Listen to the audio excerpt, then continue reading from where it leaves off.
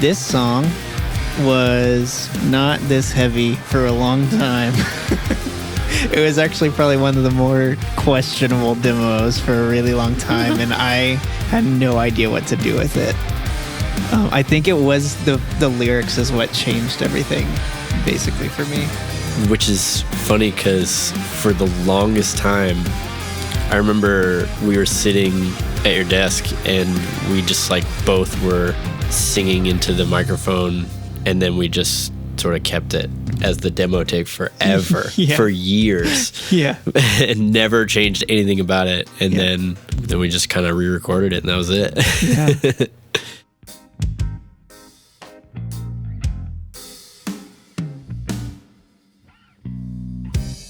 I think this verse vocal, that was when I was just like, Mitch, you should just sing this. Like, this sounds too good. With like, I shouldn't do it. You should do it. And then I originally sang that pre-chorus in the chorus, but then we just decided to keep it all you. And I'm glad that we did that, because this song is so much better because of that. It feels more consistent. It's probably my favorite one to sing that I'm singing on. Yeah. I mean, it's one of my favorites, if not my favorite from the whole album, I think. Partially because of that. Also the intro. Yeah. That was really fun to record the guitars on, because there's so much different stuff like working together, and hearing it come in piece by piece is really cool.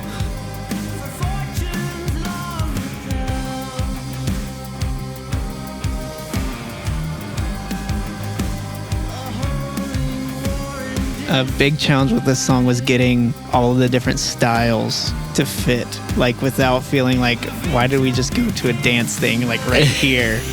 Like, to try to keep it all like tonally consistent while also blending all the different influences and genres that we wanted to have in this song. Like, this song kind of encompasses the influences of the whole album more than almost anything else, I think.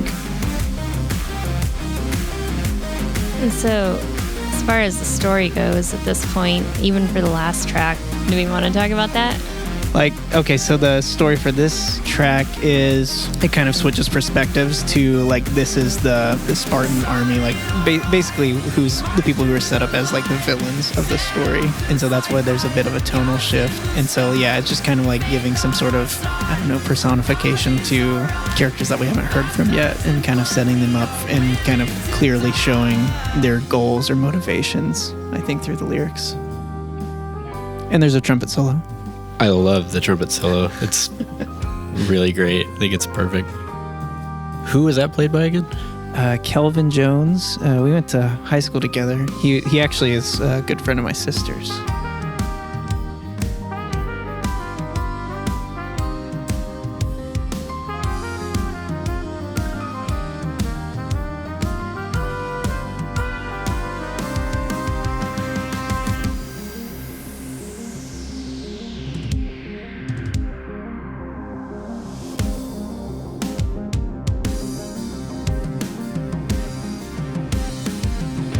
Yeah, I guess we should mention that it essentially went from your original demos from college, and then once we did the vocals in 2018, like once we did the scratch vocals and stuff, then we did basically a huge sweep all the way through it and added guitar stuff and bass and flute, strings, everything. Yeah.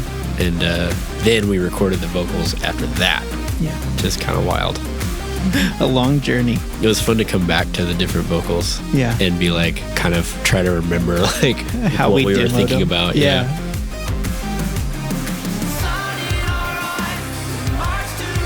This final chorus ended up being a kind of a monster to tackle when it came to the mix, because we did probably, I don't know, 16 layers of like individual vocals as the gang vocals, and then we did gang vocals as a group in the room, and then Valerie added her stuff over top here at the end. And so it's just like, I had like 20 some tracks of vocals to deal with. But somehow it feels really full without being too cluttered, I think. And to kind of give us a little bit of an emotional break, we have this quiet guitar at the end, kind of lead it out into the next song.